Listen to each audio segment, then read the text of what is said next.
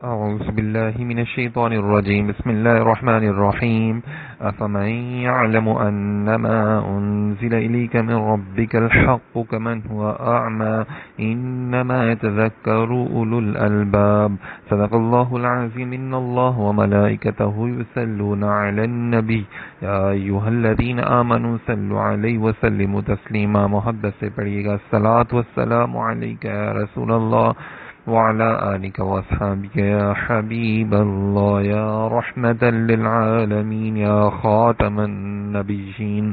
سامعین محترم، آج ماشاءاللہ سے ہمارا انوار قرآن کے سلسلے سے ماشاءاللہ سے 28واں لیکچر ہے اور 13واں پارہ ہے. سورہ رعد بیان کی جا رہی ہے. اللہ رب العزت نے ارشاد فرمایا، وہ آدمی جو یہ جانتا ہے کہ جو کچھ تمہاری طرف تمہارے رب کے پاس سے نازل کیا گیا ہے وہ حق ہے، تو کیا وہ اس جیسا ہے جو اندھا ہے؟ صرف عقل والے ہی نصیحت مانتے ہیں، وہ جو اللہ کا عہد پورا کرتے ہیں اور معاہدے کو توڑتے نہیں. یہاں پہ حضرت حمزہ رضی اللہ تعالی عنہ کے حوالے سے بات کی جا رہی ہے اور ابو جہل کے حوالے سے بات کی جا رہی ہے. مطلب کہ وہ جو حضرت حمزہ رضی اللہ تعالی عنہ جو اللہ تعالیٰ نے نبی پاک صلی اللہ علیہ وسلم پر نازل کیا وہ اس کو جانتے تھے اور حضور پر ایمان لے کر آئے، اور فرمایا کہ کیا وہ ابو جہل جیسے ایک جیسے ہو سکتے ہیں؟ بالکل بھی نہیں. مطلب مومن اور کافر جو ہے وہ ایک جیسے نہیں ہو سکتے، چاہے کافر جتنا مرضی دولت مند ہو، خوبصورت ہو، لیکن وہ ایک مومن کے برابر بالکل بھی نہیں ہو سکتا. اور وہ جو اسے جوڑتے ہیں، جس کے جوڑنے کا اللہ نے حکم دیا اور اپنے رب سے ڈرتے ہیں، برے حساب سے خوف زدہ ہے. مطلب اللہ تعالیٰ کی تمام کتابوں اور سے کل رسولوں پر جو ایمان لاتے ہیں، بعض کو مان کر بعض سے منکر ہو کر ان میں تفریق نہیں کرتے. سامعین محترم، اس آیت میں ماشاءاللہ سے دیکھیں ایک صلہ رحمی کرنے کا بھی بیان کیا جا رہا ہے کہ نبی پاک صلی اللہ علیہ وسلم نے فرمایا کہ جس کو یہ بات اچھی لگتی ہے کہ اس کا رزق فراخ ہو، اس کی عمر دراز ہو، تو اسے چاہیے کہ صلہ رحمی کیا کرے، مطلب لوگوں کے پر رحم کیا کرے. اور فرمایا ایک اور جگہ پہ کہ رشتہ داری توڑنے والا جنت میں نہیں جائے گا. پھر ایک اور جگہ پہ فرمایا نبی پاک صلی اللہ علیہ وسلم نے کہ بدلہ لینے والا صلہ رحمی کرنے والا نہیں، بلکہ صلہ رحمی کرنے والا وہ ہے کہ جب اس سے رشتہ توڑا جائے تو وہ اسے جوڑے. فرمایا وہ ہم میں سے نہیں جو ہمارے چھوٹوں پر رحم نہ کرے اور بڑوں کی تعظیم نہ کرے، اچھی باتوں کا حکم نہ کرے، بری باتوں سے منع نہ کرے. دیکھیں ہم سب کی اخلاقی تربیت جو ہے وہ قرآن پاک اور احادیث کے ذریعے کی جا رہی ہے. فرمایا اور آخرت تمہارے رب کے پاس پرہیزگاروں کے لیے ہے، بے شک ڈرنے والے باغوں اور چشمے میں ہوں گے. دیکھیں کتنی بڑی بات ہے نا. جس مومن بندے کی آنکھوں سے اللہ تعالیٰ کے خوف کی وجہ سے آنسو نکلیں، اگرچہ وہ مکھی کے سر کے برابر ہوں، پھر وہ آنسو بہہ کر اس کے چہرے پر آ جائیں تو اللہ تعالیٰ اسے جہنم پر حرام کر دیتا ہے. کتنی بڑی بات ہے نا. یہ اللہ پاک کا خاص کرم ہے. تو ہمیں اپنے صلہ رحمی کرنی چاہیے اور اپنے اعمال کا محاسبہ بھی کرتے رہنا چاہیے کہ کہیں ہم سے کوئی غلط بات تو نہیں ہو رہی، کسی وجہ سے ہمارے معاملات تو نہیں خراب ہو رہے. تو بزرگ فرماتے ہیں کہ بندہ اس وقت تک پرہیزگار شمار نہیں ہوتا جب تک اپنے نفس کا ایسا محاسبہ نہ کرے جیسے اپنے شریک سے کرتا ہے کہ اس نے کہاں سے کھایا اور کہاں سے پہنا. اسی طرح اپنا بھی محاسبہ کرے نا کہ کہاں سے کیسے میں نے کھایا، کہاں پیا، جو میں کھا رہا ہوں، پی رہا ہوں، پہن رہا ہوں وہ حلال ہے یا حرام، میں نے کسی سے بدتمیزی تو نہیں کی، کسی کی دل آزاری تو نہیں مجھ سے ہو گئی، ایسے الفاظ تو نہیں منہ سے نکل پڑے. تو یہ ساری احتیاط جو ہے نا اس کے بارے میں بیان کیا گیا ہے.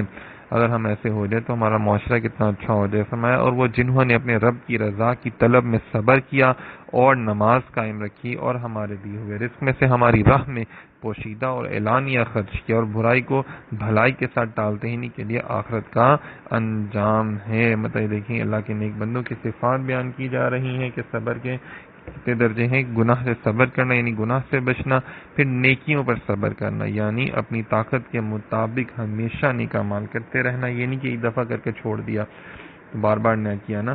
تو مصیبتوں پر بھی صبر کرنا، یہ نہیں کہ آپ شکایتیں کرنا شروع کر دیں.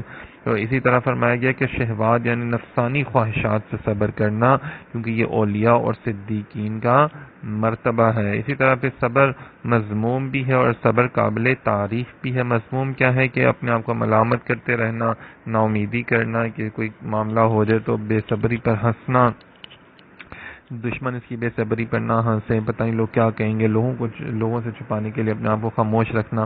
نہیں فرمایا بلکہ قابل تعریف صبر وہ ہے جو انسان اللہ تعالیٰ کی رضا حاصل کرنے کے لیے کرے، اور جو مصیبتیں نازل ہوئیں ان پر صبر کرنے کا اجر و ثواب یہ سوچے کہ صرف اللہ تعالیٰ ہی مجھے دے گا، اور لوگوں کو دکھاتا نہ پھرے کہ دیکھیں میں بڑا صابر ہوں، میں تو وہ ہوں، میں تو یہ ہوں۔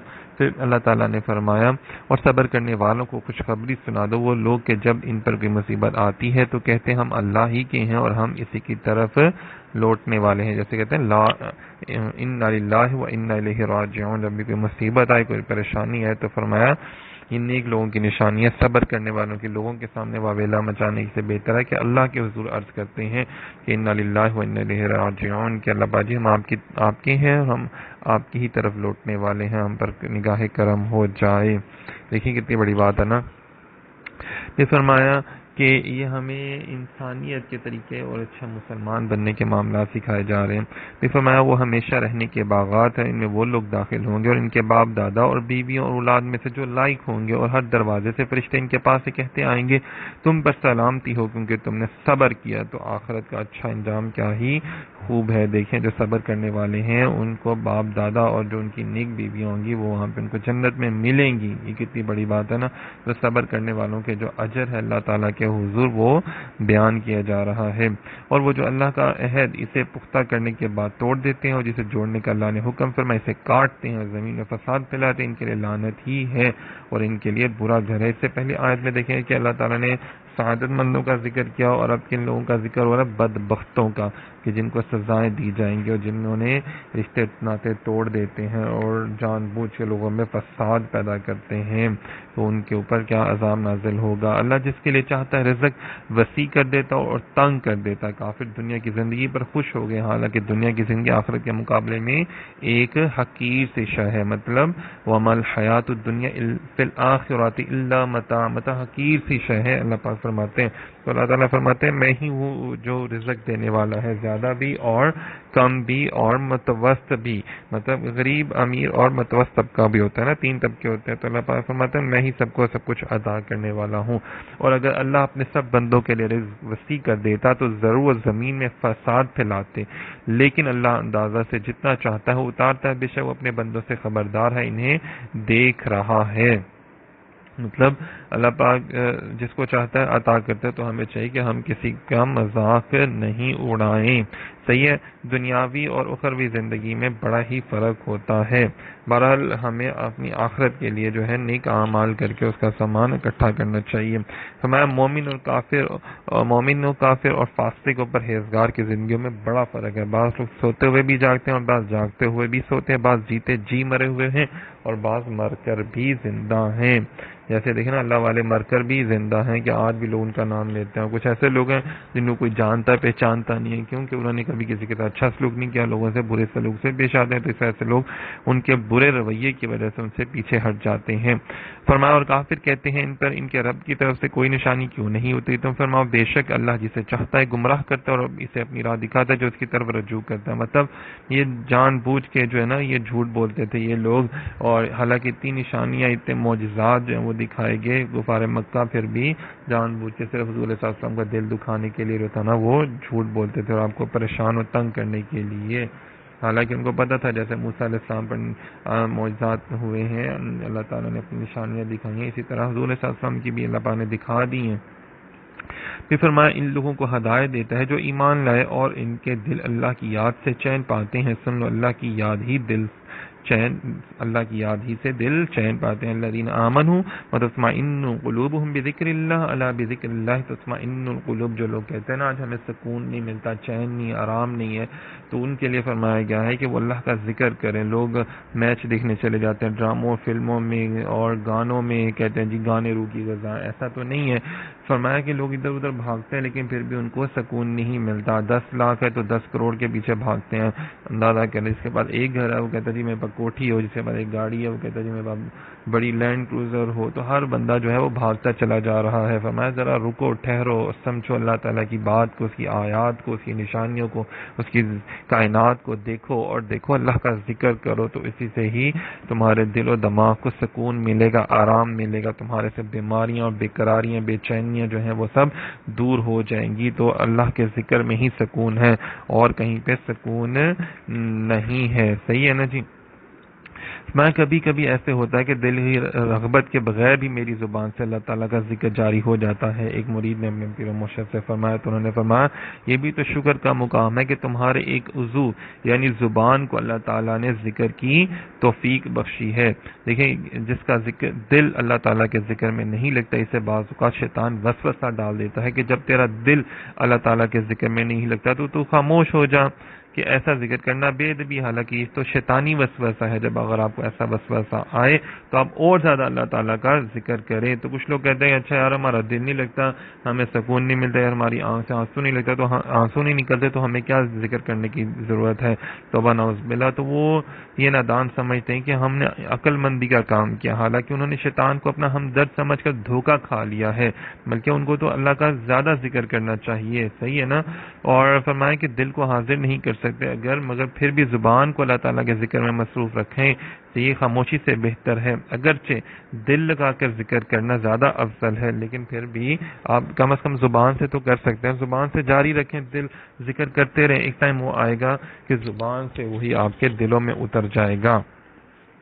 پھر فرمایا وہ لوگ جو ایمان لائے اور اچھے عمل کیے ان کے لیے خوشی اور اچھا انجام ہے۔ اللہ والوں کی بات کی جا رہی ہے، جنہوں نے عمل بھی کیا نا ان کے لیے، یعنی کہ صرف ایمان لے آنا کافی نہیں ہوگا بلکہ اس کے اوپر عمل کرنا، نبی پاک صلی اللہ علیہ وسلم کی سنتوں کو، حضور کی اداؤں کو ادا کرنا بھی ضروری ہے۔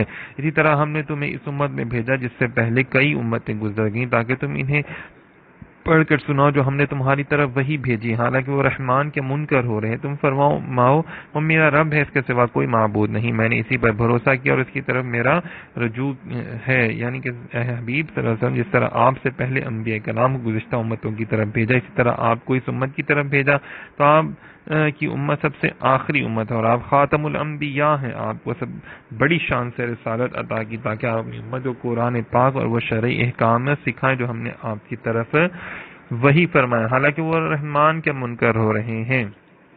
مطلب کہ نبی پاک صلی اللہ علیہ وسلم نے بسم اللہ الرحمن الرحیم لکھا خط پڑھنا، اور حضرت علی کرم اللہ وجہ سے فرمایا کہ آپ یہ لکھیں، تو کفار نے اس میں جھگڑا کیا اور کہا کہ آپ ہمارے دستور کے مطابق بسمک اللہم لکھیں نا، رحمان نہ لکھیں، وہ رحمان کے منکر ہو گئے نا، کہتے جی رحمان نہ نام لکھیں کوئی اور خدا ہے، تو اللہ پاک نے فرمایا رحمان بھی اللہ کا ہی نام ہے، اللہ کی ہی صفت ہے، اور تم کیوں اس کی صفت کا انکار کرتے ہو۔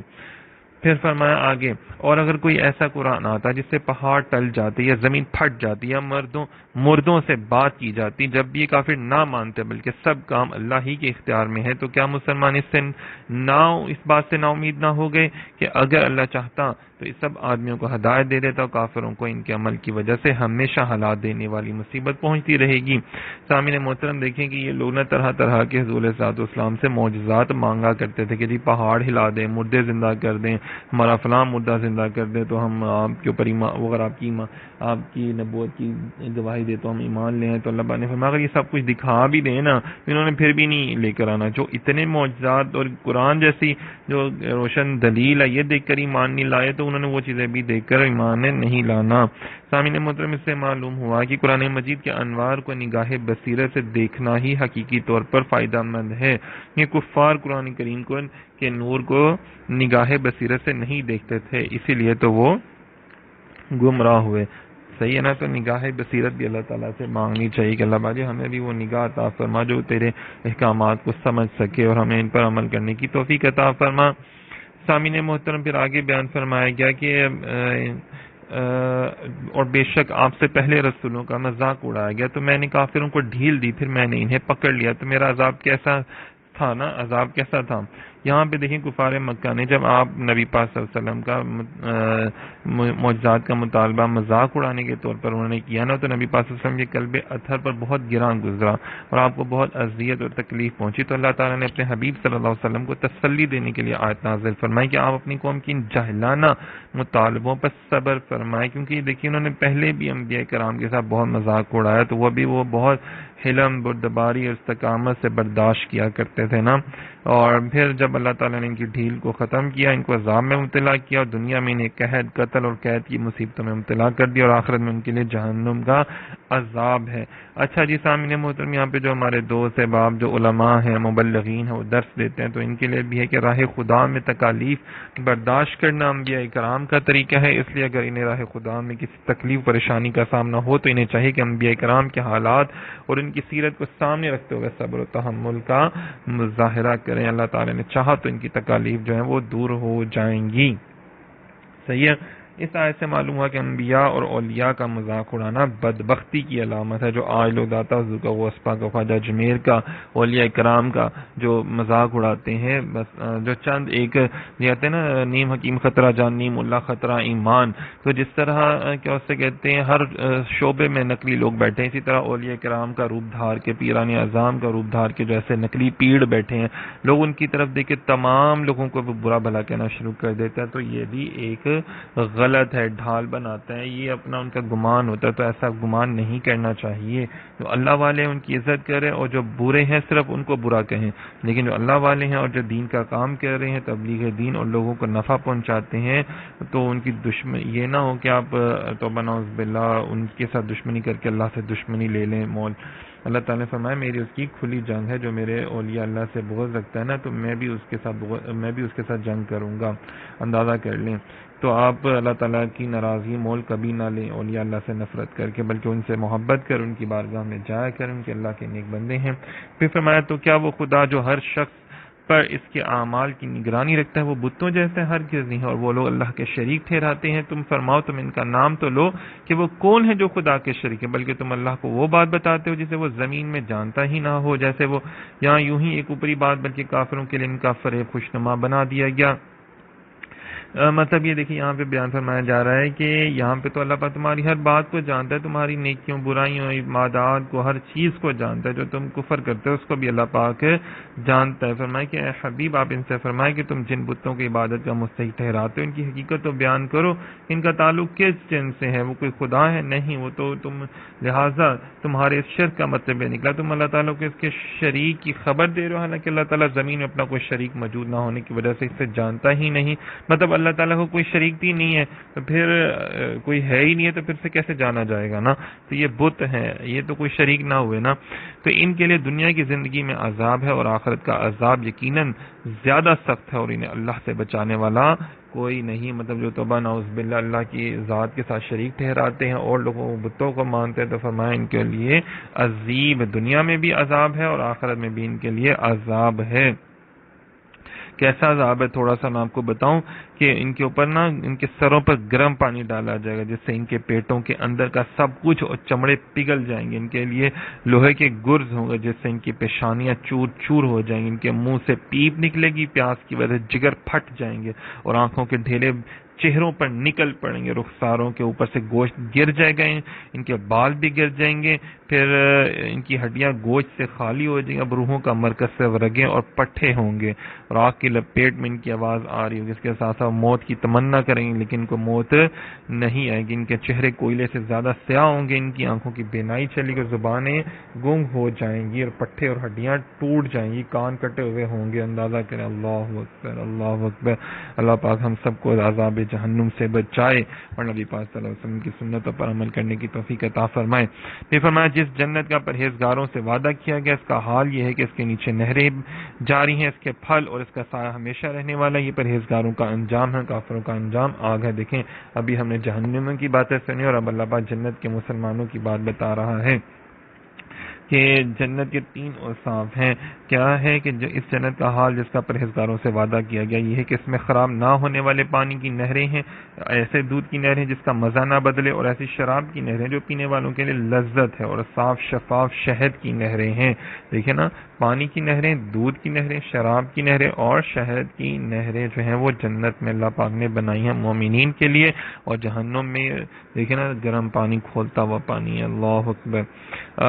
سامعین محترم فرمائے ہیں اور جنہیں ہم نے کتاب دی اور وہ اس پر خوش ہوتے جو آپ کی طرف نازل کیا گیا ہے، ان گروہوں میں کچھ وہ ہیں جو اس قرآن کے بعض حصے کا انکار کرتے ہیں۔ تم فرما مجھے تو یہی حکم ہے کہ میں اللہ کی عبادت کروں، اس کا شریک نہ ٹھہراؤں، میں اسی کی طرف بلاتا ہوں اور اسی کی طرف مجھے پھرنا ہے۔ مطلب کہ جنہوں کو اللہ تعالیٰ نے عطا فرمایا نا وہ اس پر خوش ہوتے ہیں.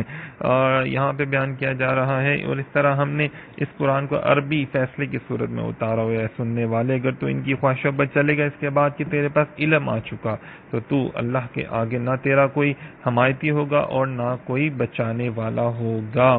یعنی جس طرح انبیاء کرام کو ان کی زبانوں میں اللہ تعالیٰ نے کتابیں یا صحائف عطا فرمائی، اسی طرح محبوب نبی پاک صلی اللہ علیہ وسلم آپ کو اللہ تعالیٰ نے عربی میں جو ہے وہ قرآن پاک عطا فرمایا. قرآن پاک جو ہے وہ عربی زبان بہت ہی فصاحت و بلاغت والی ہے.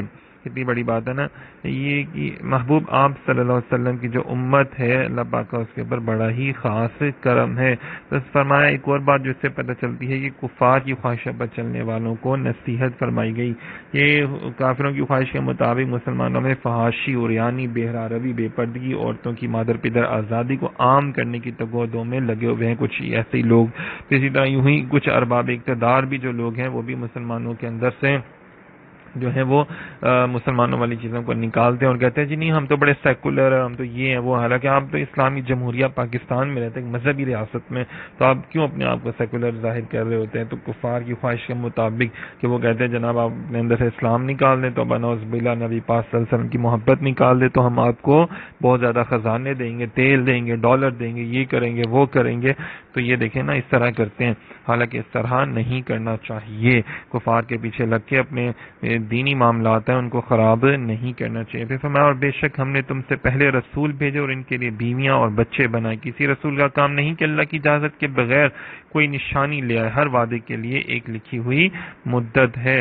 مطلب اس میں جو اعتراضات تھے نا جو انبیاء پر خاص کر نبی پاک صلی اللہ علیہ وسلم پر کرتے تھے تو وہ اعتراضات بیان کیے گئے ہیں. کہ پہلا اعتراض کیا تھا جو کفار کرتے تھے نا کہ اللہ تعالیٰ مخلوق کی طرف جو بھی رسول بھیجے تو اس کا فرشتوں میں سے ہونا ضروری ہے. اس کا جواب یہ دیا گیا کہ رسول اللہ صلی اللہ علیہ وسلم سے پہلے جتنے بھی انبیاء کرام گزرے ہیں سب انسان ہی تھے نہ کہ فرشتے. جب گزشتہ انبیاء کے انسان ہونے کی وجہ سے ان کی نبوت پر کوئی اعتراض نہیں تو رسول اللہ صلی اللہ علیہ وسلم کے انسان ہونے کی وجہ سے ان کی نبوت پہ اعتراض کیوں کرتے ہو تم لوگ؟ پھر فرمایا دوسرا اعتراض وہ کفار یہ کرتے ہیں اگر یہ اللہ تعالیٰ کے رسول ہوتے تو کثیر عورتوں سے نکاح نہ کرتے بلکہ عورتوں سے اعراض کرتے کہ زہد کی حالت میں زندگی گزارتے. اس کا یہ جواب دیا گیا کہ رسول اللہ صلی اللہ علیہ وسلم سے پہلے جتنے انبیاء کرام گزرے ہیں ان میں سے اکثر کی بیویاں اور اولاد تھی. حضرت سلیمان علیہ السلام کی 300 بیویاں اور 700 باندیاں تھیں. حضرت داؤد علیہ السلام کی 100 بیویاں تھیں. جب بیویوں کہ اتنی کثیر تعداد کے باوجود ان کی نبوت میں کوئی فرق نہیں پڑا تھا. حضور علیہ السلام کی چند ازواج مطہرات کی وجہ سے ان کی نبوت میں کیسے فرق آ سکتا ہے؟ اور حضور علیہ السلام کی زیادہ ازواج مطہرات کا ہونا اس میں بے شمار حکمتیں ہیں جو انشاءاللہ تعالیٰ آگے بیان کی جائیں گی.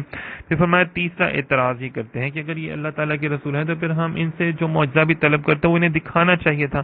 لہذا جب معاملے سے برخلاف نظر آیا تو ہم نے جان لی کہ اللہ کے رسول نہیں ہے. اس کا جواب دیا گیا کہ دلیل دینے اور عذر زائل کرنے کے لیے ایک معجزہ دکھانا ہی کافی ہوتا ہے یا ایک سے زیادہ معجزہ دکھانا اللہ تعالیٰ کی مشیت پر موقوف ہے. مطلب تمہیں اتنے ایک معجزے سے بھی تو سمجھ آ جانی چاہیے نا، لیکن جان بوجھ کے تم یہ جو جھوٹی باتیں کرتے ہو پروپیگنڈا کرتے ہو صرف میرے محبوب کو ناراض کرنے کے لیے پریشان کرنے کے لیے، تو یہ سارا جہالت پر مبنی ہے تمہارے اعتراضات. پھر فرمایا یہ چوتھا اعتراض جو انہوں نے کیا نا کفار نے کہ حضور پرنور صلی اللہ علیہ وسلم نے کفار کو اس بات سے ڈرایا تھا کہ اللہ کی طرف سے کفار پر عذاب نازل ہوگا اور مسلمانوں کی مدد کی جائے گی، لیکن جب وہ عذاب مؤخر ہوا کچھ عرصے نہ آیا تو انہوں نے نبی پاک صلی اللہ علیہ وسلم پر تانے دینے شروع کر دیے. تو نعوذ باللہ. تو اس کا یہ جواب دیا گیا کہ کفار پر عذاب نازل ہونا اور اللہ کے مقبول بندوں کے لیے کامیابی کا ظاہر ہونا اللہ تعالیٰ نے معین وقت اوقات کے ساتھ خاص فرما دیا. مطلب معین اللہ تعالیٰ نے ایک وقت مقرر کر دیا نا جناب کہ جب اللہ تعالیٰ نے وہ وقت مقرر کر دیا تو تب ہی عذاب آئے گا. اسی طرح دیکھیں نا پچھلی امتوں میں بھی ایسے ہوا نا کہ جب موسیٰ علیہ السلام نے دعا کی لیکن 40 سال کے بعد جا کے عذاب آیا. تو یہ کوئی ان کا توبہ نعوذ باللہ اعتراض نہیں بنتا کوئی بھی. پھر اسی طرح اللہ جو چاہتا ہے مٹا دیتا ہے اور برقرار رکھتا ہے اور اصل لکھا ہوا اسی کے پاس ہے. مطلب اللہ تعالیٰ جب چاہتا ہے جو چاہتا ہے منسوخ فرما دیتا ہے اور جو چاہتا ہے اس کو جاری فرما دیتا ہے. یہ اللہ تعالیٰ کی شان ہے. صحیح ہے نا؟ ہمیں تو بس اللہ تعالیٰ کا حکم ماننے کا حکم ہے. اور اے حبیب اگر ہم تمہیں کوئی وعدہ دکھا دیں جو ہم ان سے کر رہے ہیں ہم تمہیں پہلے ہی وفات دے دیں تو آپ پر تو بہرحال تبلیغ کرنا لازم ہے، حساب لینا ہمارے ذمہ۔ محبوب آپ پریشان مت ہوا کریں کہ آپ کی یہ ایمان نہیں لاتے، تو یہ سارا ہمارے اوپر ہے، آپ صرف تبلیغ، آپ کا کام تو ہے ماشاءاللہ سے تبلیغ کرنا، اور آپ بڑے اچھے اور احسن طریقے سے تبلیغ اسلام کا کام سر انجام دے رہے ہیں، اور عذاب کی جلدی نہیں کرنی چاہیے ان لوگوں کو، ان کے اوپر عذاب آئے گا تو بالکل آئے گا، صحیح آئے گا۔ کیا یہ کافر دیکھتے نہیں کہ ہم ہر طرف سے ان کی زمین کم کر رہے ہیں، اور اللہ حکم فرماتا ہے اس کے حکم کو کوئی پیچھے کرنے والا نہیں، اور وہ بہت جلد حساب لے لیتا ہے۔ سامعین محترم ذرا غور کریں کہ یہ جو آیات ہیں یہ ساری مکے میں نازل ہوئی، تو مکے میں کفار تھے تو اس حوالے سے ان کے معاملات جو ہیں وہ بیان کیے جا رہے ہیں۔ سامعین محترم، جو اللہ تعالیٰ کی اطاعت سے منہ موڑنا دنیا میں بربادی لاتا ہے، اور نافرمانوں پر زمین اپنی وسعت کے باوجود تنگ ہوتی چلی جاتی ہے۔ آپ دیکھ لینا جو ہمارے یہاں پہ بھی لوگ اللہ تعالیٰ کی نافرمانی کرتے ہیں ان کے لیے زمین تنگ ہو جاتی ہے، ان کے مشکلیں آ جاتی ہیں، اور جو اللہ تعالیٰ جو خوش نصیب لوگ ہوتے ہیں جو اللہ تعالیٰ کے احکامات پر عمل کرتے ہیں ان کی عزت دنیا میں بھی ہوتی ہے اور آخرت میں بھی اللہ پاک ان کو عزت عطا فرماتا ہے۔ صحیح ہے۔ پھر فرمایا کہ امت میں 5 مخصوص لوگوں کی طرف سے فساد آئے گا۔ حضرت عبداللہ ابن مبارک نے فرمایا علماء، مجاہدین، زہاد، تجار، حکمران۔ خیر اس کی بھی بہت زیادہ ہے کہ جب عالم دین کو نیچے اور مال کو اوپر رکھے گا تو پھر جاہل کس کی پیروی کرے گا؟ صحیح ہے نا؟ تو عالم دین کو چاہیے کہ صرف دین اسلام کو اوپر لے کر آئے، دولت کی وجہ سے نہیں بلکہ اللہ کی رضا کے لیے۔ صحیح ہے۔ اسی طرح بے شمار اور بھی چیزیں بیان کی گئی ہیں، ہم آگے چلتے ہیں، اور ان سے پہلے لوگ فریب کر چکے ہیں، تو ساری خفیہ تدبیر کا مالک تو اللہ ہی ہے، وہ جانتا ہے جو کچھ کوئی جان عمل کمائے، اور ان قریب کافر جان لیں گے کہ آخرت کا اچھا انجام کس لیے ہے۔ مطلب یہ جو لوگ بھی فریب کرتے ہیں نا، مشرکین اور کفار، یہ سب اللہ تعالیٰ سب کچھ آلریڈی جانتا ہے ان کے فریب کو، اللہ تعالیٰ بہتر خفیہ تدبیروں کا مالک ہے۔ پھر فرمایا اور کافر کہتے ہیں تم رسول نہیں ہو، تم فرماؤ میرے اور تمہارے درمیان اللہ کافی گواہ ہے، ہر وہ آدمی گواہ ہے جس کے پاس کتاب کا علم ہے۔ مطلب کہ محبوب آپ ان کو فرما دیں کہ جس کے پاس کتاب کا علم ہے نا، توریت اور انجیل، جو تمہارے علماء ہیں وہ سب جانتے ہیں، اور حقیقت بات بھی یہی تھی کہ وہ لوگ اندر سے دل سے جانتے تھے کہ رسول اللہ صلی اللہ علیہ وسلم جو بیان فرماتے ہیں وہ بالکل حق ہے، سچ ہے۔ یہاں پہ علم کی فضیلت بھی بیان کی گئی کہ اللہ تعالیٰ نے علماء کی گواہی اپنے ساتھ بیان فرمائی، اس سے علم کی افضلیت معلوم ہوئی۔ اس کے علاوہ اور بھی آیات میں اللہ تعالیٰ نے علم کی فضیلت بیان کی گئی ہے کہ اس نے عرض کی جس کے پاس کتاب کا علم تھا کہ میں اسے آپ کی بارگاہ میں آپ کے پلک جھپکنے سے پہلے لے آؤں گا، یعنی آصف بن برقیہ سلیمان علیہ السلام کی امتی کی بات ہو رہی ہے۔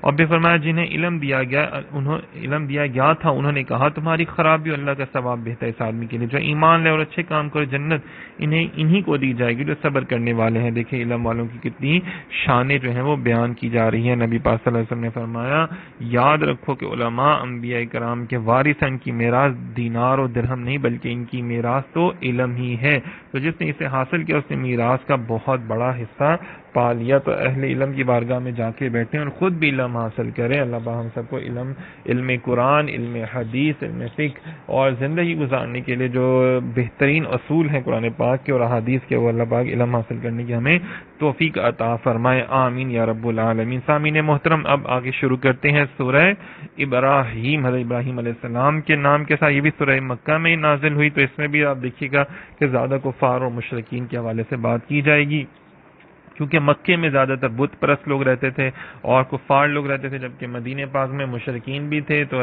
یہود و نصارہ بھی تھے اور منافقین بھی تھے۔ تو یہاں پہ آپ غور کیجئے گا کہ جو مکی صورتیں ہیں ان میں زیادہ تر مشرکین اور کافر جو ہے نا ان کے بارے میں تذکرہ کیا گیا ہے۔ چلیں جی شروع کرتے ہیں۔ اللہ رب العزت نے ارشاد فرمایا الف لام را کتاب انزلناه الیک لتخرج الناس من الظلمات الى النور باذن ربهم الى صراط العزیز الحمید، کہ یہ ایک کتاب ہے جو ہم نے تمہاری طرف نازل کی ہے تاکہ تم لوگوں کو ان کے رب کے حکم سے اندھیروں سے اجالے کی طرف اس اللہ کے راستے کی طرف نکالو جو عزت والا سب خوبیوں والا ہے۔ اللہ تعالیٰ کی ذات جو ہے نا، اللہ تعالیٰ فرماتا ہے کہ ہم نے آپ کو یہ اے محبوب نبی پاک صلی اللہ علیہ وسلم اللہ کے حکم سے لوگوں کو ظلمت کفر سے نکال کر ایمان کی روشنی میں داخل کریں. کوئی شخص صرف قرآن سے بغیر نبی پاک صلی اللہ علیہ وسلم کے واسطے ہدایت مطلب حضور علیہ السلام کے بغیر کوئی بھی شخص قرآن سے ہدایت حاصل نہیں کر سکتا. نور ہدایت کا ذریعہ صرف اور صرف نبی پاک صلی اللہ علیہ وسلم کی ذات مقدسہ ہے. قرآن کو سمجھنے کے لیے آپ کو نبی پاک صلی اللہ علیہ وسلم کی احادیث کا مطالعہ کرنا ہی پڑے گا. صحیح ہے، جو قرآن پاک کی تفسیر نبی پاک صلی اللہ علیہ وسلم نے فرمائی وہی کامل اور اکمل ہے. تو میں اللہ جس کی ملکیت میں ہر وہ چیز ہے جو آسمانوں میں ہے اور جو زمین میں ہے، اور کافروں کے لیے ایک سخت عذاب کی خرابی ہے. یہاں پہ اللہ رب العزت جو ہے وہ کافروں کو اپنی شان بتا رہے ہیں نا، کہ ہر آسمانوں اور زمین کی تمام جو ملکیت ہے وہ تو اللہ کی ہے نا، ساری اللہ تعالیٰ کی بنائی ہی اس نے ہے. کہ جو آخرت کی بجائے دنیا کی زندگی کو پسند کرتے ہیں اللہ اور اللہ کی راہ سے روکتے ہیں، اس میں ٹیڑھا پن تلاش کرتے ہیں، وہ دور کی گمراہی میں ہے، دین میں ٹیڑھا پن تلاش کرتے ہیں نا. یہ لوگوں کو سیدھا راستہ اختیار کرنے سے روکتے ہیں، لوگوں میں شکوک و شبہات اور بدگمانیاں پیدا کرتے ہیں، اور ہیلے بہانوں سے لوگوں کو جو ہے اسلام کے احکامات سے پیچھے کرتے ہیں. توبہ نعوذ باللہ. علم کا لبادہ اوڑھ کر حق مذہب سے بھٹکانے والے عبرت پکڑے. جیسے لوگ آج کوئی انجینئر بن جاتا ہے، کوئی پتہ نہیں کیا کیا بد مذہب بن جاتا ہے، تو لوگوں کو علم پڑھانا شروع کر دیتی، کتابی علمی کتابی. تو بھائی قرآن کا علم ہے نبی پاک صلی اللہ علیہ وسلم نے، اور پھر صحابہ کرام اہل بیت اطہار نے جو علم عطا فرمایا. علم تو وہ ہے جو آپ کو سر اٹھا کے جینا سکھاتا ہے، جو آپ کو آپ کے اندر غرور تکبر کو دور کر کے آج انکساری لے کر آتا ہے، جو آپ کو اندر ایک اچھا مسلمان پیدا فرماتا ہے. فرمایا کہ اسلام کو عالم کی لغزش، منافق کا قرآن میں جھگڑنا اور گمراہ کن سرداروں کی حکومت تباہ کرے گی. جس قوم کے پیشوا جو ہے نا ان کا دین مذہب خراب ہو تو وہاں کی عوام کا بھی دین مذہب خراب ہو جاتا ہے. دیکھ لینا آج ہمارے یہاں پہ کتنے ہمارے جو سیاسی لیڈر ہیں، لوگ ان کے پیچھے لگ کے توبہ نعوذ باللہ جو ہے آپس میں ایک دوسرے کے ساتھ لڑ رہے ہوتے ہیں، دھنگا فساد کر رہے ہوتے ہیں.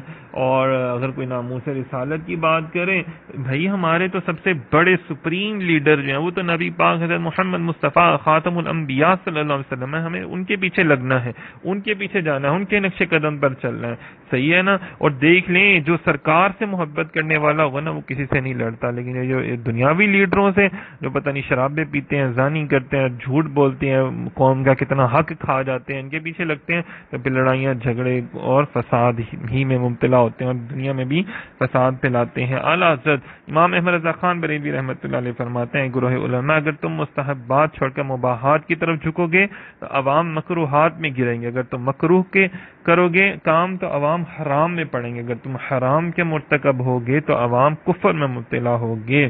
تو اس کے بعد فرمایا کہ بھائیو اللہ اپنے اوپر رحم کرو، اپنے اوپر رحم نہیں کرنا چاہتے تو امت مصطفیٰ صلی اللہ علیہ وسلم پر رحم کرو. چرواہے کہلاتے ہو، بھیڑیے نہ بنو. مطلب بکریوں کو چرانا تمہارا کام ہے، ان کو کھانا تمہارا کام نہیں ہے. تو یہ ہمارے جو علماء ہیں، جو ہمارے قوم کے سردار ہیں، لیڈر ہیں، ان کو چاہیے تھا کہ وہ قوم کی تربیت کریں، نہ کہ قوم کو گمراہ کریں اور قوم کو لوٹیں. صحیح ہے نا. تو یہ بیان کیا گیا ہے اگر کوئی پیر، کوئی عالم جو ہے اگر غلط کام کرتا ہے تو اس کے مریدین، اس کے فالوورز، اس کے شاگرد اور زیادہ بڑے غلط کام کریں گے، اور اگر وہ اچھے کام کرے گا تو obviously اس کا اثر نیچے تک جائے گا. اور ہم نے ہر رسول اس کی قوم کی زبان کے ساتھ ہی بھیجا تاکہ وہ انہیں واضح کر کے بتا دے. پھر اللہ گمراہ کرتا ہے جسے چاہتا ہے اور راہ دکھاتا ہے جسے چاہتا ہے. یعنی حبیب ہم نے آپ سے پہلے گزشتہ امتوں میں جتنے رسول بھیجے وہ ان لوگوں کی زبان میں ہی کلام کرتے تھے. جیسے دیکھیں نا عرب میں اب عربی زبان تھی تو نبی پاک صلی اللہ علیہ وسلم نے بھی وہاں پہ عربی زبان میں ہی گفتگو کی. صحیح ہے نا. تو یہ ہمارے لیے بھی ہے کہ جب ہم اگر انگلش بولنے والوں میں جاتے ہیں یا اردو، پنجابی یا کوئی وہ جون سی زبان سمجھتا ہے تو اگر اس زبان کی حوالے سے اس سے بات کی جائے گی تو اس کو بندے کو بھی سمجھنے میں زیادہ آسانی ہوگی. یہ دیکھیں نا ہر لحاظ سے ہماری تربیت کی جا رہی ہے، علماء کی، عام عوام کی، سب کی تربیت کی جا رہی ہے. تو میں بے شک ہم نے موسیٰ علیہ السلام کو اپنی نشانیاں دے کر بھیجا کہ اپنی قوم کو اندھیروں میں سے اجالے میں لے آؤ، انہیں اللہ کی دن یاد دلاؤ. بے شک اس میں ہر بڑے صبر کرنے والے شکر گزار کے لیے نشانیاں ہیں. یہاں پہ دیکھیں نا موسیٰ علیہ السلام کی بات کی جا رہی ہے کہ محبوب ہم نے موسیٰ علیہ السلام کو بھی بھیجا اور ان کو بھی کہا کہ وہ اپنی قوم کو اندھیروں میں سے نور کی طرف لے کر آئے نا. دیکھیں اللہ پاک میں انبیاء کو یہ اختیارات فرماتا ہے، ان کی ڈیوٹیاں ہوتی ہیں. جیسے نبی پاک صلی اللہ علیہ وسلم بھی پوری دنیا کو اندھیروں میں سے نکالا اور نور کی طرف لے کر گئے. صحیح ہے. پھر فرمایا کہ اور جب موسیٰ نے اپنی قوم سے فرمایا اپنے اوپر اللہ کا احسان یاد کرو، جب اس نے تمہیں فرعونیوں سے نجات دی جو تمہیں بری سزا دیتے تھے، تمہارے بیٹوں کو ذبح کرتے، تمہاری بیٹیوں کو زندہ رکھتے تھے، اس میں تمہارے رب کی طرف سے بڑی آزمائش تھی۔ یاد کرو کہ جب بڑی آزمائش کے وقت تھے نا، وہ سارے معاملات جو ہیں سورہ بقرہ میں بیان کیے جا چکے ہیں، صحیح ہے، اور بیٹوں کو قتل کرتے تھے نا تاکہ کوئی بیٹا زندہ نہ رہے، صحیح ہے، اور مسلمانوں پر کافر اور ظالم حکمرانوں کا تسلط ہونا اللہ تعالیٰ کا دنیاوی عذاب اور ہمارے برے اعمال کا نتیجہ، جبکہ اچھے حکمران اللہ تعالیٰ کی رحمت اور نیک اعمال کا نتیجہ ہیں۔ کافر اور ظالم کی ہلاکت، اس کی موت اللہ کی رحمت ہے، جیسے علماء صالحین کی وفات ہمارے لیے مصیبت ہے، ظالم کی موت پر خوشی کرنا اچھا ہے۔ اور یاد کرو جب تمہارے رب نے اعلان فرما دیا کہ اگر تم میرا شکر ادا کرو گے تو میں تمہیں اور زیادہ عطا کروں گا، اگر تم ناشکری کرو گے تو میرا عذاب سخت ہے۔ اور موسیٰ نے فرمایا لوگوں اگر تم اور زمین میں جتنے لوگ ہیں سب ناشکرے ہو جاؤ تو بے شک اللہ بے پرواہ خوبیوں والا ہے، یعنی کہ فرمایا کہ اگر تم اللہ تعالیٰ کو شکر ادا کرو نا تو اللہ پاک تمہیں اور نعمتیں عطا فرماتا ہے، مطلب اللہ نے تمہیں جو عطا کیا اس کو جتنا بانٹو گے، علم عطا کیا بانٹو گے اور علم عطا ہوگا، اللہ تعالیٰ نے رزق دیا بانٹو گے اور ملے گا، پیسے دیے اور ملے گا، اس کی راہ میں جتنا بانٹو گے، جتنا اعلانیہ یا پوشیدہ صدقہ و خیرات کرو گے، اللہ تعالیٰ تمہیں بہت کچھ عطا فرمائے گا۔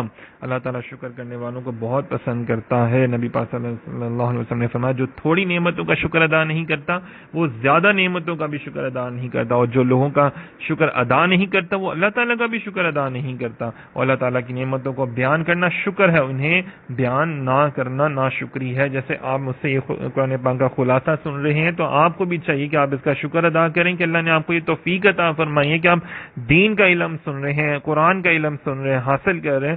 اس کا شکر ادا کرنا یہ ہے کہ آپ اس کو آگے تک پہنچائیں، زیادہ سے زیادہ یہ جو ویڈیوز ہوتے ہیں، یہ جو آڈیو ہیں، اس کو آپ زیادہ سے زیادہ آگے شیئر کیا کریں، زیادہ سے زیادہ لوگوں کو بتایا کریں اپنے حلقہ احباب میں۔ آج کل جو ویسے ماشاءاللہ سے گھروں میں افطاریاں ہوتی ہیں، سحریاں ہوتی ہیں، سب لوگ بیٹھتے ہیں مل کے، ماشاءاللہ بڑا پیارا ماحول ہوتا ہے، تو آپ آگے سے آگے لوگوں کو یہ باتیں ضرور ڈسکس کیا کریں، یاد کیا کریں، ان کے نوٹس بنا لیا کریں، خواتین اور مرد دونوں کے لیے ضروری ہے۔ اور آپ لوگ اینڈرائڈ موبائل آپ کے پاس ہوتے ہیں، آج کل اتنا زمانہ ہے، آپ زیادہ سے زیادہ لوگوں کو یہ شیئر کریں، 10 لوگوں کو، 20 لوگوں کو، 50 لوگوں کو شیئر کریں، جتنا آپ کا اسٹیٹس ہے اس پہ لگائیں، پتہ چلے آپ مومن ہیں تو آپ کا اسٹیٹس کیا ہے، قرآن کی تعلیم ہے، تو یہ آپ جتنا شیئر کریں گے یہ بھی جہاد ہے، اور یہ اللہ تعالیٰ کا جو آپ کو نعمت مل رہی ہے یہ والی ماشاءاللہ سے یہ اس کا شکر ادا کرنے کا ایک طریقہ ہو جائے گا، اور پھر اللہ پاک آپ کو اور بھی توفیق عطا فرمائے گا علم حاصل کرنے کی انشاءاللہ تعالی، اور علم کی طرف رغبت عطا ہوگی، محبت عطا ہوگی۔ پھر فرمایا کیا تمہارے پاس ان لوگوں کی خبریں نہ آئیں جو تم سے پہلے تھے،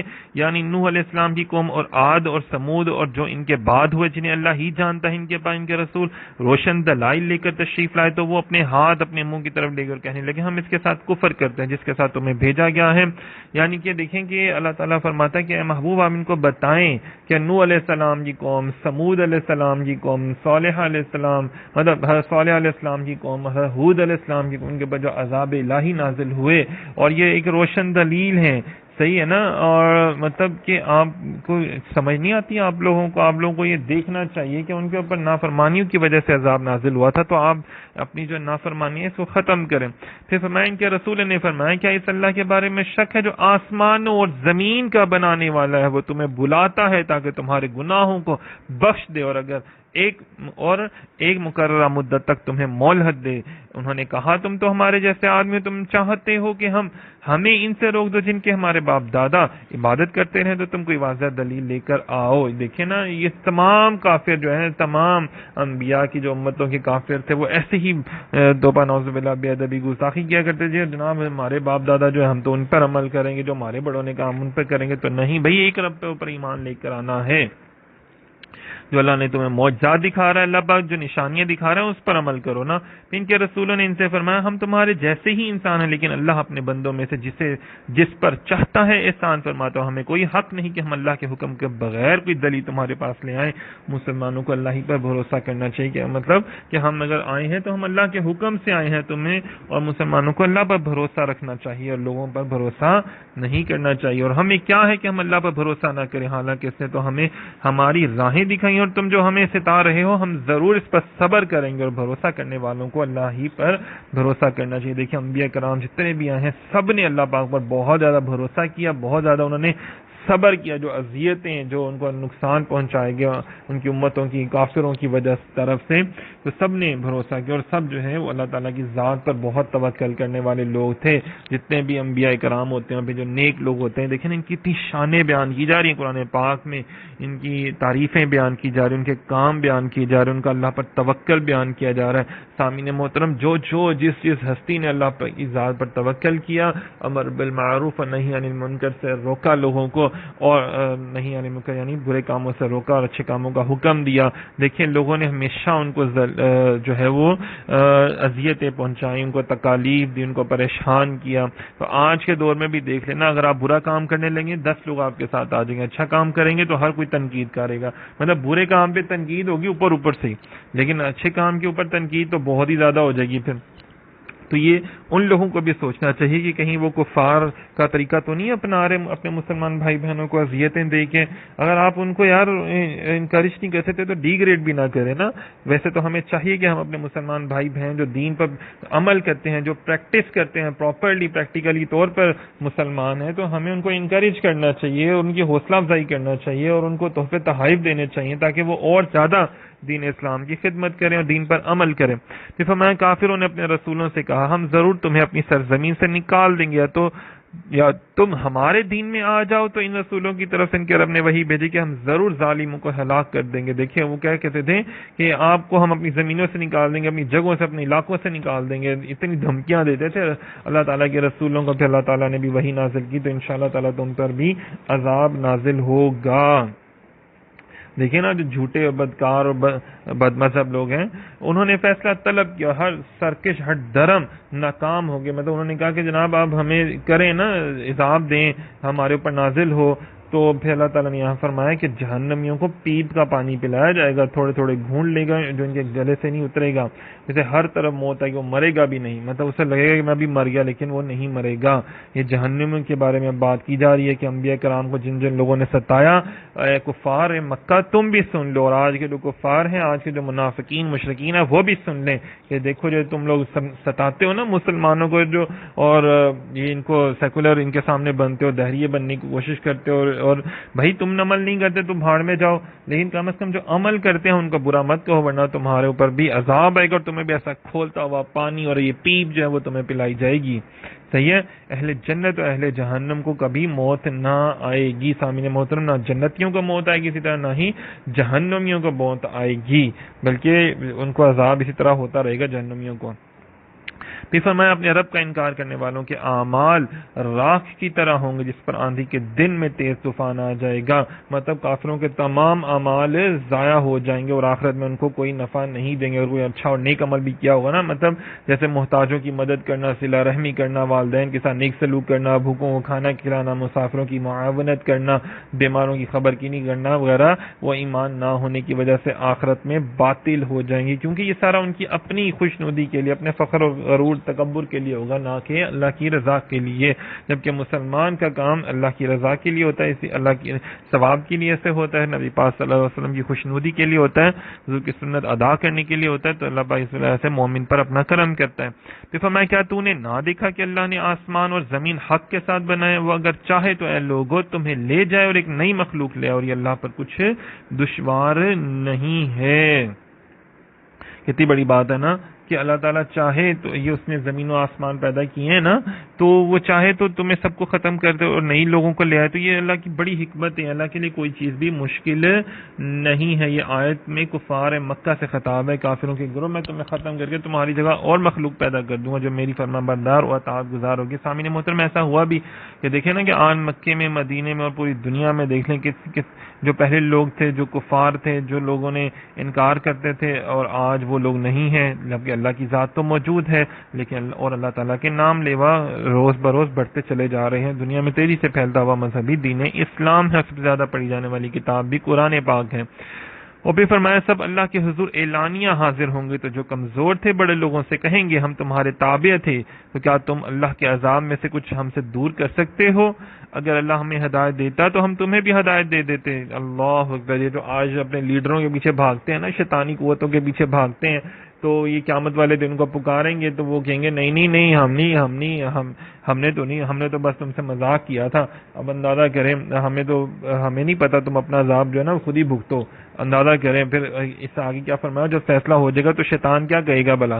شیطان کہے گا بے شک اللہ نے تم سے سچا وعدہ کیا تھا، اور میں نے جو تم سے وعدہ کیا تھا وہ تو میں نے بس جھوٹ ہی بولا تھا، اور مجھے تم پر کوئی زبردستی نہیں تھی، مگر یہ کہ میں نے تمہیں بلایا تو تم نے میری بات مان لی، تو اب مجھے ملامت نہ کرو، اپنے آپ کو ملامت کرو، نہ میں تمہاری فریاد کو پہنچ سکتا ہوں، نہ ہی تم میری فریاد کو پہنچنے والے ہو، اور وہ جو پہلے تم نے مجھے اللہ کا شریک بنایا تھا تو میں شرک سے سخت بیزار ہوں، بے شک ظالموں کے لیے دردناک عذاب ہے۔ سامعین محترم، ہوتا ہے نا کہ وہاں پہ شیطان صاف ہی مکر جائے گا، بھائی تمہیں اللہ نے عقل دی تھی، تمہیں شعور دیا تھا، اللہ نے اتنی نعمتوں سے نوازا تھا، اور اس کے تمام وعدے بالکل سچے تھے، جنت کے بھی اور جہنم کے بھی اور عطاؤں کے بھی، فضل کے، رحمت کے، سارے وعدے اللہ تعالیٰ کے سچے تھے، صحیح ہے۔ اور میرے جو وعدے تھے جو شیطان نے کیے تھے، اور نہیں جی کوئی جنت نہیں ہے، کوئی جہنم نہیں ہے، کوئی آخرت نہیں ہے، اور لوگوں نے ہمیں باتیں بنائی ہوئی ہیں، یہ تو بنوز باللہ اللہ کے نبی اپنے سے بنا لیتے ہیں باتیں، تو یہ ساری میری باتیں جھوٹی تھیں، اللہ کی باتیں ساری سچی تھیں، اب تم بھگتو اللہ کا عذاب جو ہے، تم بھگتو، میرے اوپر تو ہونا ہی ہونا ہے، لیکن تمہارے اوپر بھی عذاب ہوگا، صحیح ہے نا؟ میں نے نہیں تمہیں کہا تھا، یہ تم اپنی طرف سے خود ہی لگے ہوئے ہو، تو شیطان کی پیروی کا انجام جو ہے وہ بہت ہی برا ہوگا۔ رسول اللہ صلی اللہ علیہ وسلم کی فرمایا، اس سے معلوم ہوا کہ دنیا میں جو لوگ اللہ تعالیٰ اور اس کے رسول صلی اللہ علیہ وسلم کی اطاعت و فرما برداری سے منہ موڑے ہوئے ہیں، اور شیطان ملعون کے بہکاوے میں آ کر، شیطان جس کے اوپر لعنت کی گئی ہے نا، کفر و معصیت، کفر اور گناہ میں مبتلا ہو رہے ہیں، شیطان کی انسان دشمنی روز روشن کی طرح واضح ہونے کے باوجود اس سے خیر خواہی کی احمقانہ امید رکھیں، وہ بہت بڑے دھوکے کا شکار ہیں۔ ان لوگوں کو ذرا سوچنا چاہیے۔ اللہ تعالیٰ نے فرمایا ہے، اے ایمان والو اسلام میں پورے داخل ہو جاؤ اور شیطان کے قدموں پر نہ چلو، بے شک وہ تمہارا کھلا دشمن ہے، اگر تم اپنے پاس روشن دلائل آ جانے کے بعد بھی لغزش کھاؤ۔ کتنی بڑی بات ہے نا، اللہ پاک کیا بیان کر رہے ہیں، ذرا غور سے سنیں تو جان لو کہ اللہ زبردست حکمت والا ہے۔ لوگوں، بے شک اللہ کا وعدہ سچ ہے، تو ہرگز دنیا کی زندگی تمہیں دھوکہ نہ دے، اور ہرگز بڑا فریبی تمہیں اللہ کے بارے میں فریب نہ دے۔ شیطان کی بات کی جا رہی ہے، بے شک شیطان تمہارا دشمن ہے، تو تم بھی اسے دشمن سمجھو۔ وہ تو اپنے گروہ کو اسی لیے بلاتا تاکہ وہ بھی دوزخ میں سے ہو جائیں۔ اللہ تعالی ہم سب مسلمانوں کو عقل سلیم عطا فرمائے، اپنے اعمال کا محاسبہ کرنے کی توفیق عطا فرمائے، اور اپنے انجام کی فکر کرنے کی توفیق عطا فرمائے۔ ہمیں شیطانی وسوسوں، شیطانی خیالات، شیطانی کاموں کی طرف نہیں لگنا۔ جو دیکھیں نا، آج رمضان المبارک کے اس مبارک مہینے میں بھی لوگ کہہ رہے ہوتے ہیں، اور چھوڑو یار قرآن پاک کیا پڑھ رہے، آؤ جا کے کرکٹ کھیلتے ہیں، اور چلو آؤ جا کے گیمز ان میں چلتے ہیں، آؤ جا کے جناب آج کی افطاری جو ہے نا فلانی پارٹی کرتے ہیں، آج ڈنر پارٹی کرتے ہیں، آج سحری جو فلاں ہوٹل سے کرتے ہیں۔ یار سادگی کو اپنانا ہے ہم نے۔ آپ نے جو 10 15 20 ہزار روپیہ جا کے پارٹیوں میں لگا دینا، رشتہ داروں کی جو کھاتے پیتے رشتہ دار ہیں، آپ ان کی افطار پارٹیاں کریں گے، تو آپ اس سے بہتر آپ 50 60 لوگوں کو کھانا کھلا دیں، آپ کسی کے گھر میں راشن ڈال دیں، آپ کسی کو عید سے کپڑے، آپ جب 10 سوٹ بنوا رہے ہیں، آج کا اور صبح کا اور شام کا اور سوٹ پہننا، جناب عید کی نماز اور سوٹ میں پڑھنی ہے، تو آپ یہ دیکھیں نا، آپ اور لوگوں کو اپنے ارد گرد گھر محلے سے باہر نکلیں، دیکھیں کتنے لوگ ہیں غریب ہیں، آپ ان کی جوتیاں لا دیں، 10 لوگوں کو جوتیاں لا کے دے سکتے ہیں، جتنے کی آپ نے 2000 کی جوتی لے لینی ہے، اور اس طرح کی آپ نے 10 12 جوتیاں لے لینی ہے، آپ نے کتنے سوٹ لے لینے ہیں، 5 5 6 6 ہزار کے سوٹ لے لینے ہیں، تو آپ اتنے میں کتنے لوگوں کے تن بدن کو ڈھانپ سکتے ہیں نا۔ تو یہ اللہ تعالیٰ کے رستے پر چلیں، یہ شیطان پہ نہ چلیں، اور نہیں یار ان لوگوں کو تو اور بھی لوگ دیکھنے والے ہیں نا، اور بڑی NGOs ہیں اور لوگ دینے والے، تو ہم کیوں دیں، اور نہیں یار پہلے میں اپنے گھر کو تو دیکھوں نا، بعد میں پھر دوسروں کو دیکھوں گا۔ تو یہ شیطانی وسوسے خیالات ہیں، چھوڑ دیں ان کو نا، جو اللہ نے دیا اس میں سے آگے بانٹیں، اللہ پاک آپ کو اور بھی عطا فرمائے گا۔ اب دیکھیں جی، مسلمانوں کی شان بیان کی جا رہی ہے، اور وہ جو ایمان لائے اور اچھے کام کیے وہ جنتوں میں داخل کیے جائیں گے، جن کے نیچے نہریں جاری ہیں، اپنے رب کے حکم سے ہمیشہ ان میں رہیں گے، وہاں ان کی ملاقات کی دعا سلام ہے، مطلب ایک دوسرے پر سلامتی بھیجتے ہوں گے۔ سلامتی یہ بھی ہے کہ وہاں پہ کوئی آفت نہیں ہوگی، کوئی بیماری نہیں ہوگی، کوئی غم اور پریشانی نہیں ہوگی۔ جنت کے معاملات. پھر فرمایا کیا تم نے نہ دیکھا کہ اللہ نے کلمہ پاک کی کیسی مثال بیان فرمائی ہے، جیسے ایک پاکیزہ درخت ہو جس کی جڑ قائم ہو، اس کی شاخیں آسمان میں ہو، ہر وقت اپنے رب کے حکم سے پھل دیتا ہے. اور اللہ لوگوں کے لیے مثالیں بیان فرماتے تاکہ وہ سمجھیں. تو یہ جو کھجور، اسے نا کھجور کا درخت کہا گیا. نبی پاک صلی اللہ علیہ وسلم نے فرمایا کہ وہ ہے کھجور کا درخت. تو مجھے اس درخت کے بارے میں بتاؤ جو مرد مومن کی مثل ہے، اس کے پتے نہیں گرتے، وہ ہر وقت پھل دیتا ہے. مطلب مرد مومن جو ہے نا وہ ایک درخت کی طرح کھڑا ہوا ہے اور گھنا درخت ہے نا، اور جناب صاحب وہ پھل دیتا رہتا ہے. مطلب اس سے لوگوں کو اچھائی ہی ملتی رہتی ہے، برائی کبھی بھی نہیں ملتی. اور نبی پاک صلی اللہ علیہ وسلم نے فرمایا کہ وہ کھجور کا درخت ہے. اور اللہ لوگوں کے لیے مثالیں بیان فرماتا ہے تاکہ مثال دے دے کر لوگوں کو بیان کی جاتی ہے. مومن مسلمان کی شان کتنی بیان کی جا رہی ہے نا کہ وہ ہر وقت اس سے لوگوں کو اچھی بات ہی ملتی ہے، پھل ملتا ہے، بری بات نہیں ملتی. اور فرمایا گندی بات کی مثال اس گندے درخت کی طرح ہے جو زمین کے اوپر سے کاٹ دیا گیا ہو تو اب اسے کوئی قرار نہیں. مطلب یہاں پہ پہلے اچھے درخت کی مثال دی گئی، اب برے درخت کافر کی مثال دی گئی کہ اسے کاٹ دیا جائے، اس کی زمین کے اندر کوئی جڑیں بھی نہیں پختہ ہوتی اور وہ ڈاواڈولی قسم کے ہوتے ہیں. جو کافر اور منافق اور مشرکین لوگ ہوتے ہیں یہ ڈاواڈول ہوتے ہیں، ان کو تو اپنے مذہب اپنے کفر پہ بھی یقین نہیں ہوتا. تو یہ ان کی ایسی ہے کہ یہ کاٹ دیا جائے یہ درخت تو یہ بدبو ہی پیدا کرتا ہے، کوئی اچھائی پیدا نہیں کر سکتا. دیکھ لیں کتنی گندی مثالیں ان لوگوں کی. تو ان لوگوں سے بچا کریں. اور یہ اندر سے بھی گندے ہوتے ہیں جبکہ مومن اندر سے پاک ہوتا ہے کیونکہ اللہ اس کے رسول سے محبت کرنے والا ہوتا ہے. فرمایا اللہ ایمان والوں کو حق بات پر دنیا کی زندگی میں اور آخرت میں ثابت رکھتا ہے. اللہ ظالموں کو گمراہ کرتا ہے، اللہ جو چاہتا ہے کرتا ہے. مطلب نبی پاک اس نے فرمایا کہ مردے کے بعد 2 فرشتے آ کر اسے بٹھاتے ہیں، پھر اس سے پوچھتے ہیں. صحیح ہے نا، سارے سوال اس سے ہوتے ہیں تیرا رب کون ہے، تیرا دین کیا ہے، اور یہ کون صاحب ہے جو تم میں بھیجے گئے، مطلب تیرا دین کون ہے. مومن کہے گا کہ اللہ ہے، میرا رب جو ہے تیرا رب کون ہے، اللہ ہے. تیرا دین کیا ہے، اسلام. اور نبی پاک صلی اللہ علیہ وسلم کے بارے میں بتایا گیا کہ وہ تو رسول اللہ صلی اللہ علیہ وسلم ہے. مطلب حضور کا دیدار جو ہے وہ ہر بندے کو قبر میں ہوگا. تو اس سے پوچھا جائے گا تجھے یہ کیسے معلوم ہو؟ کہتا ہے میں نے اللہ کی کتاب پڑھی، اس پر ایمان لایا اور اسے سچا جانا. ٹھیک ہے جی. اور جو اسے اللہ تعالیٰ پھر جنت کا لباس پہنائے گا، اس کے لیے جنت کا بستر بچھایا جائے گا اور جنت کا دروازہ اس کے لیے کھول دیا جائے گا. لیکن جو کافر ہوگا تو وہ اس سے پوچھا جائے گا، وہ کہے گا نہیں مجھے نہیں پتا، ہر سوال کا جواب مجھے نہیں پتا. تو پھر اس کے اوپر عذاب نازل ہوگا، آگ کا لباس جو آگ کا بستر اس کو پہنایا جائے گا اور جہنم کے دروازے اس کے اوپر کھول دیے جائیں گے. تو بہرحال یہ ذرا غور کریں اللہ والوں کی اور کفار کی نشانیاں. فرمایا کیا تم نے انہیں نہ دیکھا جنہوں نے اللہ کی نعمت کو ناشکری سے بدل دیا اور اپنی قوم کو تباہی کے گھر اتار ڈالا جو دوزخ ہے اس میں داخل ہوں گے اور وہ کیا ہی ٹھہرنے کی بری جگہ ہے. ناشکرے لوگوں کی بات کی جا رہی ہے کہ جنہوں نبی پاک صلی اللہ علیہ وسلم تشریف لے کر آئے ہیں. اللہ تعالیٰ نے تمہیں اتنے پیارے نبی خاتم الانبیاء رحمت للعالمین نبی کی قربت ادا کی ہے، تم پھر بھی ناشکرہ پن کرتے ہو، پھر بھی ان کی بات نہیں مانتے. تو یہ بہت بڑی ناشکرہ پنی کی حدیں ہیں یہ جناب، یہ بہت بڑی منافقت بھی ہے نا. اور انہوں نے اللہ کے لیے برابر والے قرار دیے تاکہ اس کی راہ سے بھٹکا دے. تم فرماؤ فائدہ اٹھا لو، پھر بے شک تمہیں آگ کی طرف لوٹنا ہے. مطلب جس طرح شکر نعمت میں اضافے کا سبب ہے، اسی طرح ناشکری جو ہے نعمت کو ختم بھی کر دیتی ہے. برا ساتھی بندے کو جہنم کی طرف لے کے چلا جاتا ہے، اسے تباہی کے گھر میں اتار دیتا ہے. اس لیے ہر مخلص مسلمان کو چاہیے کہ وہ کافر و منافق اور بد مذہبوں کی صحبت سے خود کو بچائے تاکہ اس کی طبیعت ان کے برے عقائد و اعمال کی طرف مائل نہ ہو. بار بار کہا جاتا ہے ہمیں کہ جناب برے لوگوں کے پاس نہ بیٹھا کرو، منافقوں، کافروں، بد مذہبوں، جو بے ادب گستاخ ہیں ان کے پاس مت بیٹھا کرو. صحیح ہے، یہ جہنمی لوگ ہیں. پھر فرمایا اللہ والوں کے پاس بیٹھا کرو. نیک لوگوں کے بارگاہ میں بیٹھنے کا بار بار کہا گیا. پیران اعظام، علماء کرام، اہل اللہ کے بارے میں کہا گیا ان کی بارگاہ میں جائیں، بیٹھیں، ڈھونڈیں، تلاش کریں. پھر فرمایا میرے ان بندوں سے فرماؤ جو ایمان لائے کہ نماز قائم رکھیں اور ہمارے دیے ہوئے میں سے کچھ ہماری راہ میں پوشیدہ اور اعلانیہ خرچ کریں اس دن کے آنے سے پہلے جس میں نہ کوئی تجارت ہوگی اور نہ دوستی. یہ دیکھیں یہاں پہ اللہ تعالیٰ کو کتنا پسند ہے اور اللہ تعالیٰ فرما رہا ہے کہ میرے بندوں سے آپ یہ باتیں فرما دیں کہ وہ یہ اعمال کیا کریں، پوشیدہ اور اعلانیہ طور پر خرچ کیا کریں. فرمایا اس دن گہرے دوست ایک دوسرے کے دشمن ہو جائیں گے سوائے پرہیزگاروں کے. پرہیزگار نیک لوگ جو ہے نا تقوی والے وہ ایک دوسرے کو پہچانتے ہوں گے، جانتے ہوں گے. اندازہ کریں جنتی بھی لوگوں کی بخشش کروائیں گے. شہداء بھی بخشش کروائیں گے، حفاظ بھی بخشش کروائیں گے، اور علماء بھی بخشش کروائیں گے اللہ کے حضور حضور علیہ الصلوۃ والسلام نبی پاک صلی اللہ علیہ وسلم کے صدقے سے۔ فرمایا اللہ ہی ہے جس نے آسمان اور زمین بنائے اور آسمان سے پانی اتارا تو اس کے ذریعے تمہارے کھانے کے لیے کچھ پھل نکالے، کشتیوں کو تمہارے قابو میں دے دیا تاکہ اس کے حکم سے دریا میں چلے اور دریا تمہارے قابو میں دے دی۔ اللہ اکبر، دیکھیں اللہ تعالیٰ نے کتنی کتنی چیزیں ہمارے لیے مسخر کر دی ہیں۔ پھر فرمایا تمہارے لیے سورج اور چاند کو کام پر لگا دیا جو برابر چل رہے ہیں، تمہارے لیے رات اور دن کو مسخر کر دیا۔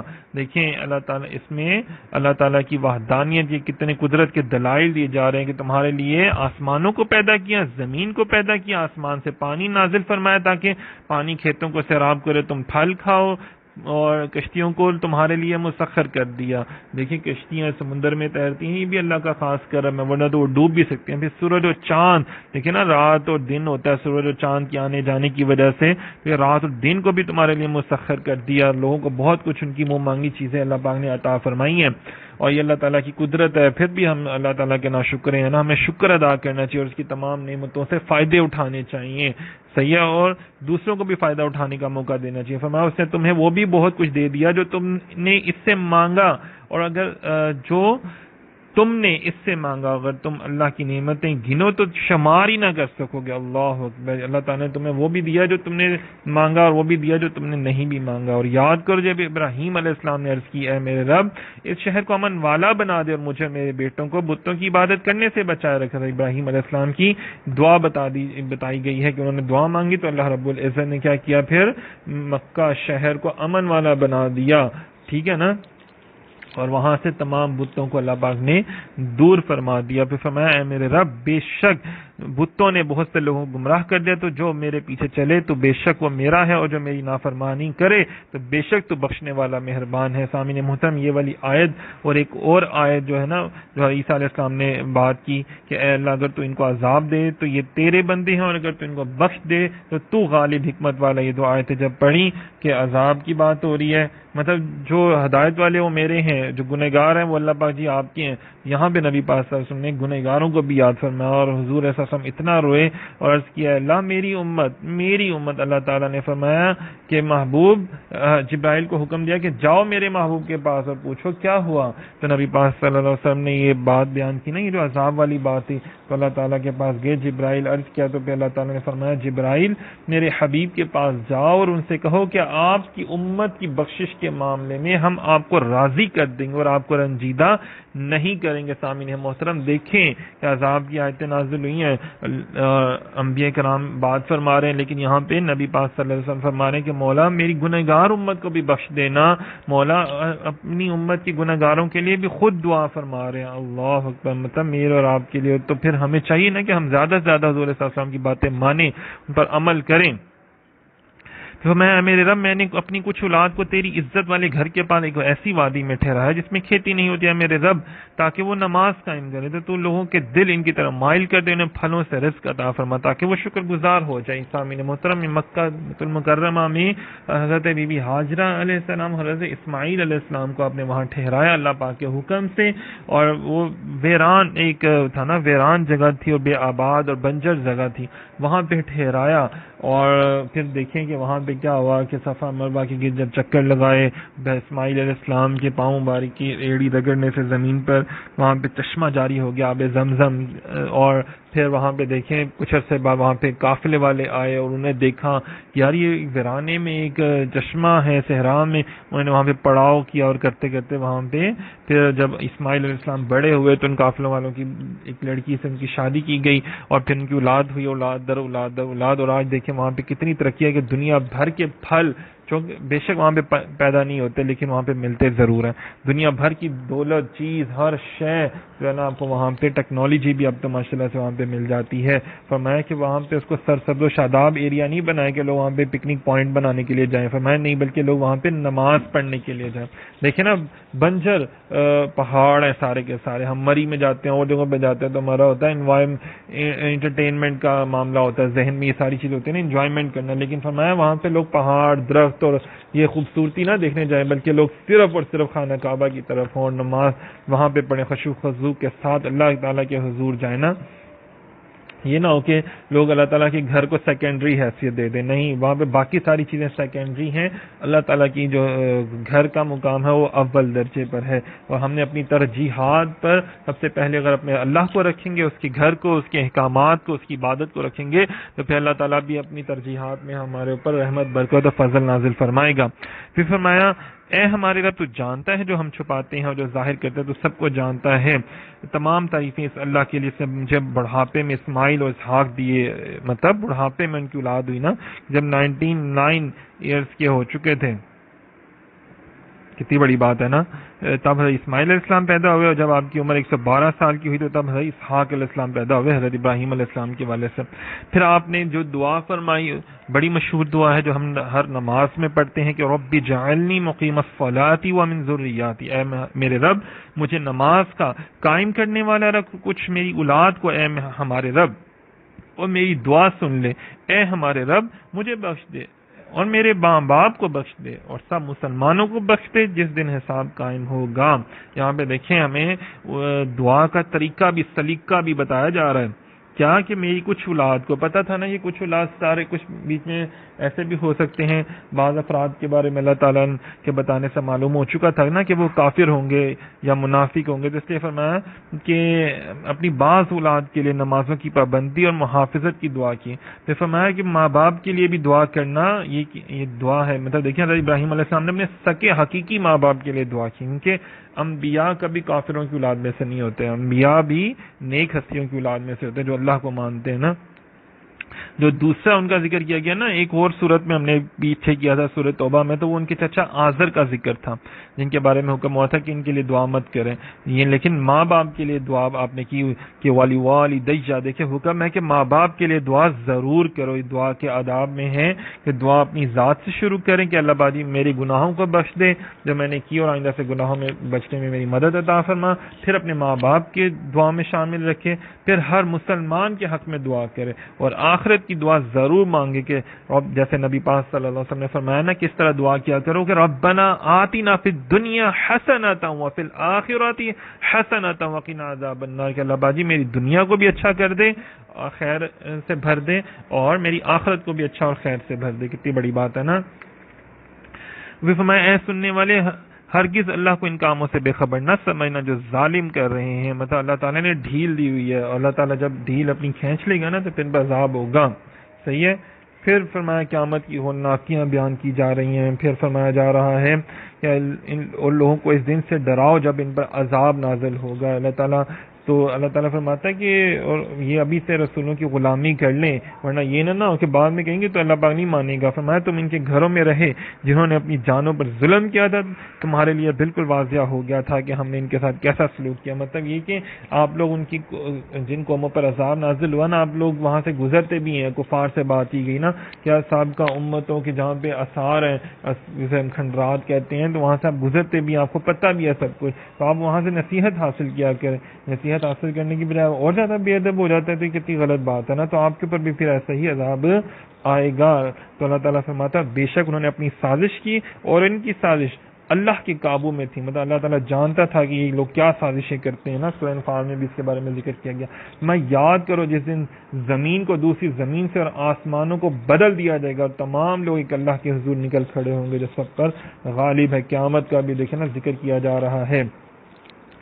پھر فرمایا اس دن تم مجرموں کو بیڑیوں میں ایک دوسرے سے بندھا ہوا دیکھو گے، اور ان کے کرتے تار کول کے ہوں گے، ان کے چہروں کو آگ ڈھانپ لے گی، جہنمیوں کی اور گستاخوں کی، بے ادبوں کی، کفار کی باتیں بتائی جا رہی ہیں کہ ان کے رنگ جو نا سیاہ رنگ کے ہوں گے، بیڑیاں پہنائی ہوں گی اور بڑے برے حال ہوں گے، بڑی بدبوئیں ان میں سے آ رہی ہوں گی نا، اور ہر جان کو اللہ تعالیٰ اس کی کمائی کا بدلہ دے گا، جو نیک عمل کیے ہوں گے تو نیک اعمال کا بدلہ اچھا ہوگا، برے اعمال کا بدلہ برا ہوگا۔ فرمایا یہ لوگوں کے لیے تبلیغ ہے اور اس لیے کہ انہیں اس کے ذریعے ڈرایا جائے تاکہ وہ جان لیں کہ وہ ایک ہی اللہ ہے، تاکہ عقل والے نصیحت حاصل کریں۔ کتنی بڑی بات ہے نا۔